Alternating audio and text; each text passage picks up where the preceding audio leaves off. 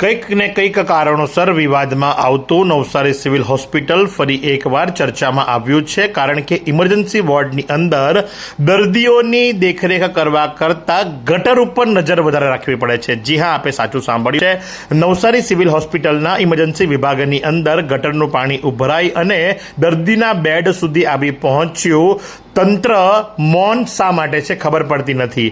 વળી પાછા આજે ધારાસભ્ય રાકેશભાઈ દેસાઈ ત્યાં જ દર્દીઓને ફ્રૂટ વિતરણ કરવા માટે જાય છે। એક બાજુ દર્દીઓની સેવા નથી થઈ શકતી અને બીજી બાજુ ધારાસભ્ય ત્યાં ફ્રૂટનું વિતરણ કરે છે, કારણ કે એમનો જન્મદિવસ છે। દ્રશ્યોની અંદર લાંબા કલાકોનો તફાવત નથી। ગઈકાલની વાત છે। ગઈકાલે ઇમરજન્સી વોર્ડની અંદર ગટરનું પાણી ઉભરાઈને આવી ચૂક્યું હતું। સતત દુર્ગંધ મારી રહ્યું હતું। લોકોના જીવ સાથે ચેડા કરતું તંત્ર મૌન હતું, કારણ કે રિપેરિંગ બાબતે કોઈ જવાબ મળતો ન હતો। પરિવારજનો પોતાના સ્વજનને લઈ વારંવાર રજૂઆત કરતા હતા, કારણ કે દુર્ગંધ મારતું આ પાણી લોકોના સ્વાસ્થ્યની સાથે સીધો જ જોખમરૂપ પડકાર છે।